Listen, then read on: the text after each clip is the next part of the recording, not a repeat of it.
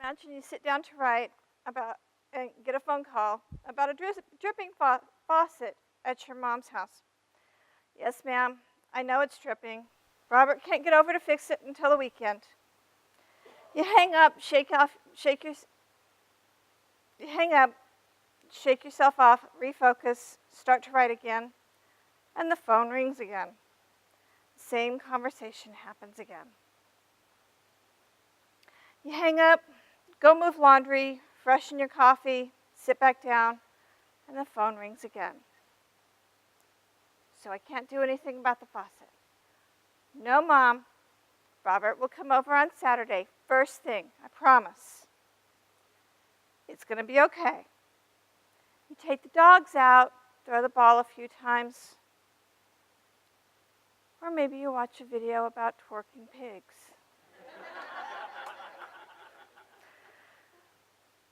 You get a paragraph written.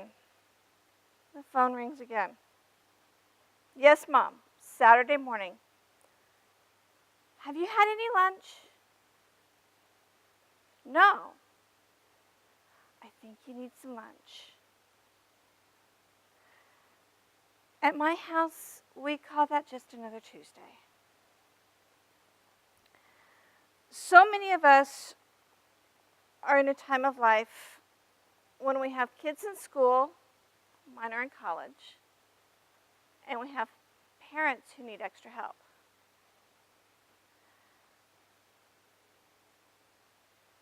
But we have dreams about writing a book, starting a business, launching an Etsy site, launching a product. And we're not getting any younger. So how do we try to juggle it all?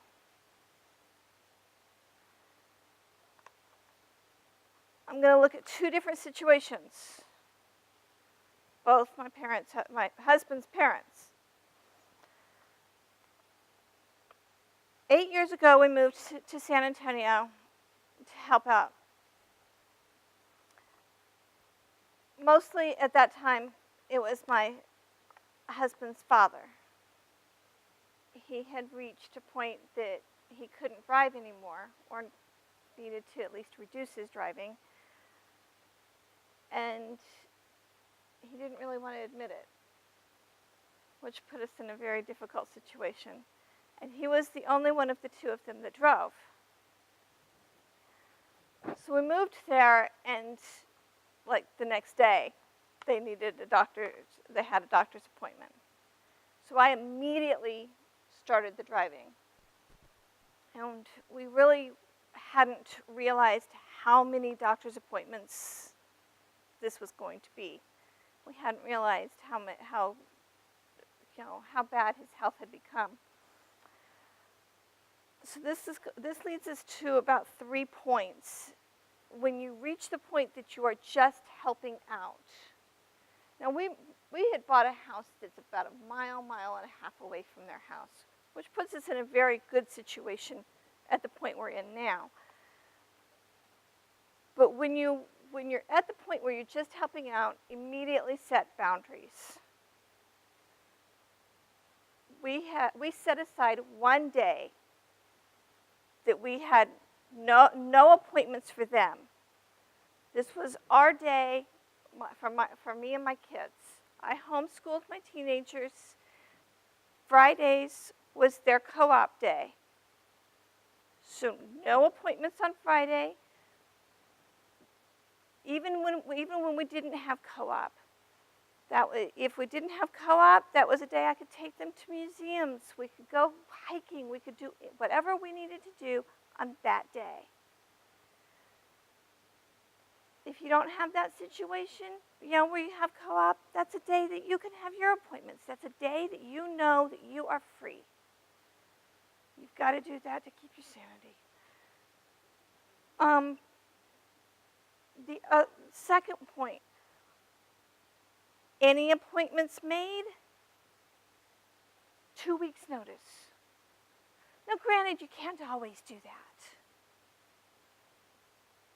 But 2 weeks notice. That way it gets put on your calendar. If it doesn't go on the calendar, it doesn't happen.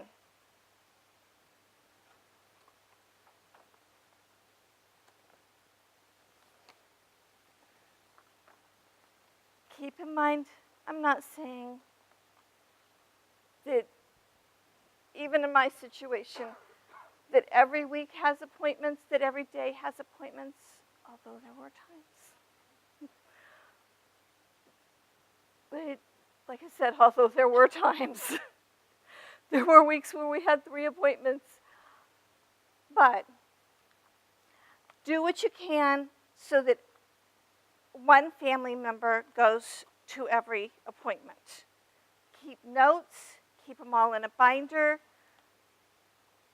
It will make the future, when the health situations start to deteriorate, it will keep sanity. It will keep future doctors very happy. They can look back.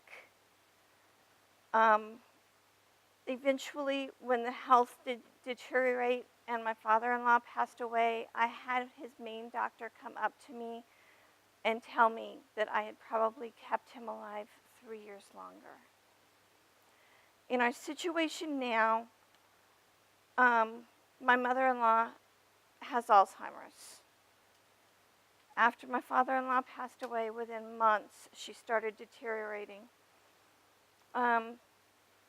She does live on her own, but she lives a mile away from us.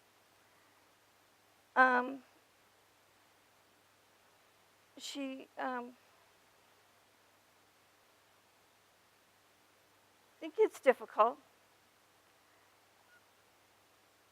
Several things to keep in mind when you are doing more than just helping out. When you're in a situation when you are tending a parent, whether they are living with you or even if you are doing something like we are doing, we are caring for them on a daily basis, even though we are not living in a living situation. Keep your dream. You have to have that to keep sane. Just break your dreams down into very, very small tasks. Sit down with your family. And my husband's sister lives in Austin, so she does live a little bit further away from us. And we have priorities. We have what she can do, what we can do. And we try to have family meetings every couple of months and say, okay, we need you to do this. We can do this. Add chores to your calendar. I have a nightly reminder because she has reached a point that she can't remember to take her nighttime pills. So every night I call her, okay, you need to go take your medication. I have a weekly reminder to go and try to get her laundry because I tend to forget it because it's not in my house.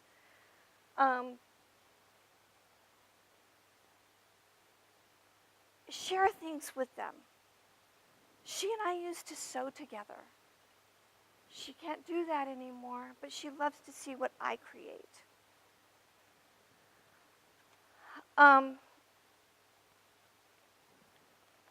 Specifically with Alzheimer's, as they progress, they become more homebound. Until then, include them in things that your family does. Be sure that you take care of your family, or your family will go crazy, or you will become so wrapped up in your family member that you will forget your family. Does that make sense? I hope it does. It is okay to get frustrated with your family member, but don't get frustrated at your family member. Remember that what's happening to them is a disease, and that can become very difficult.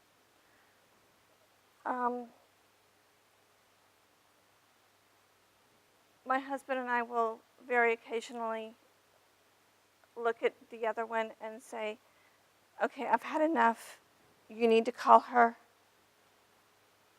You know, by the time you've got the fourth phone call about the faucet or about bugs that don't really exist or whatever, okay, it's your turn to answer the phone, and that's okay.